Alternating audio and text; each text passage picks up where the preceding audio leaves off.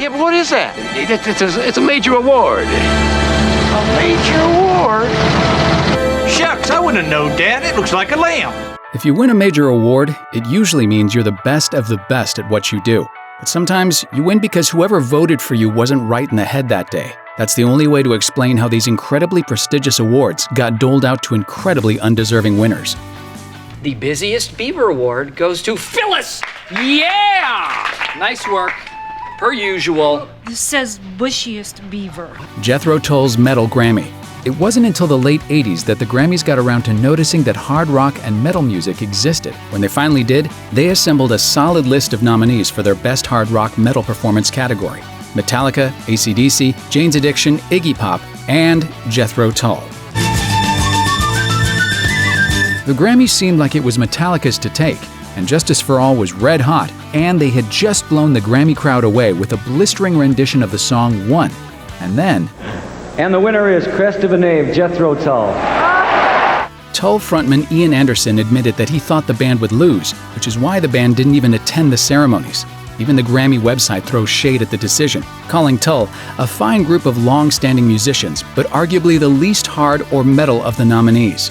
The very next year, the Grammys realized what metal actually was, and Metallica won easily. No flutes required. We've got to thank Jethro Tull for not putting out an album this year, right? Steely Dan's Album of the Year. Jethro Tull wasn't the last time the Grammys got something wrong. In 2001, Steely Dan released Two Against Nature. It came and went without any major hits, but it still got nominated for 2001's Album of the Year Grammy. Its competition, iconic albums by Eminem, Radiohead, Beck, and Paul Simon. And the winner was... Two Against Nature, Steely Dan! According to Rolling Stone, the Grammys were getting flack for even nominating Eminem in the first place due to his profane lyrics. Steely Dan also won that year for Best Pop Vocal Album, meaning a group of 70s soft rockers were suddenly poppier than NSYNC and Christina Aguilera. Even Walter Becker of Steely Dan was confused, telling MTV, "I thought that it was weird. Maybe we're in the wrong category or something." We Are the World's Record of the Year. You'd have to go all the way back to 1986 to see when the Grammys really started getting dumb.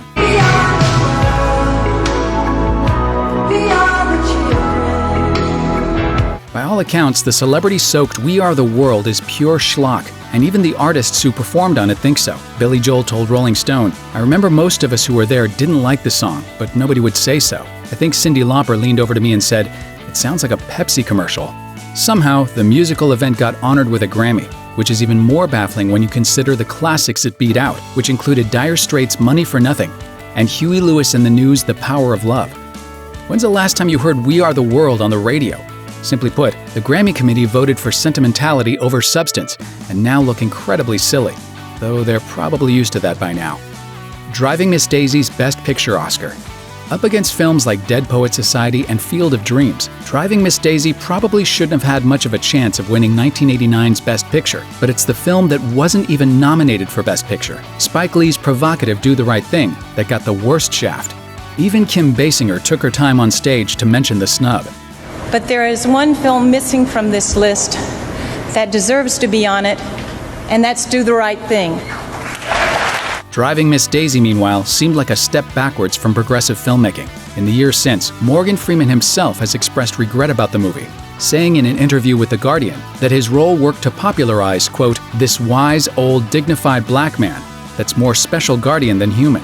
It's not a compliment. And if popularizing that trope is Daisy's legacy, you can see why the Academy should have given the nod to Kevin Costner's spooky baseball team instead. Steve Nash's double NBA MVP. Steve Nash was a damn good NBA player, but his winning 2 MVP awards in a row makes no sense. In the 2004-2005 season, Nash won the MVP over Shaquille O'Neal, who had just gotten to the Miami Heat and helped the team earn the best record in their conference, bringing them to the conference finals where they lost in 7 games. Meanwhile, Nash did roughly the same thing with his Phoenix Suns, bringing his team to their conference finals, where they lost in 5 games. The voting was super close. Nash edged Shaq 1,066 to 1,032. Clearly, a case could be made for either man. But then Nash won MVP again, after guiding his Suns to another first-place record and another deep playoff run. The voting was more decided this time around, with Nash getting 924 points, 236 more than LeBron James, who was, at the time, about the only good player on the Cleveland Cavaliers, having just guided them to their first playoff run since 1998.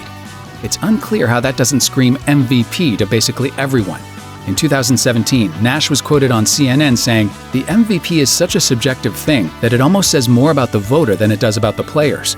That might be just his way of saying that, in the mid-2000s, voter subjectivity was off the mark.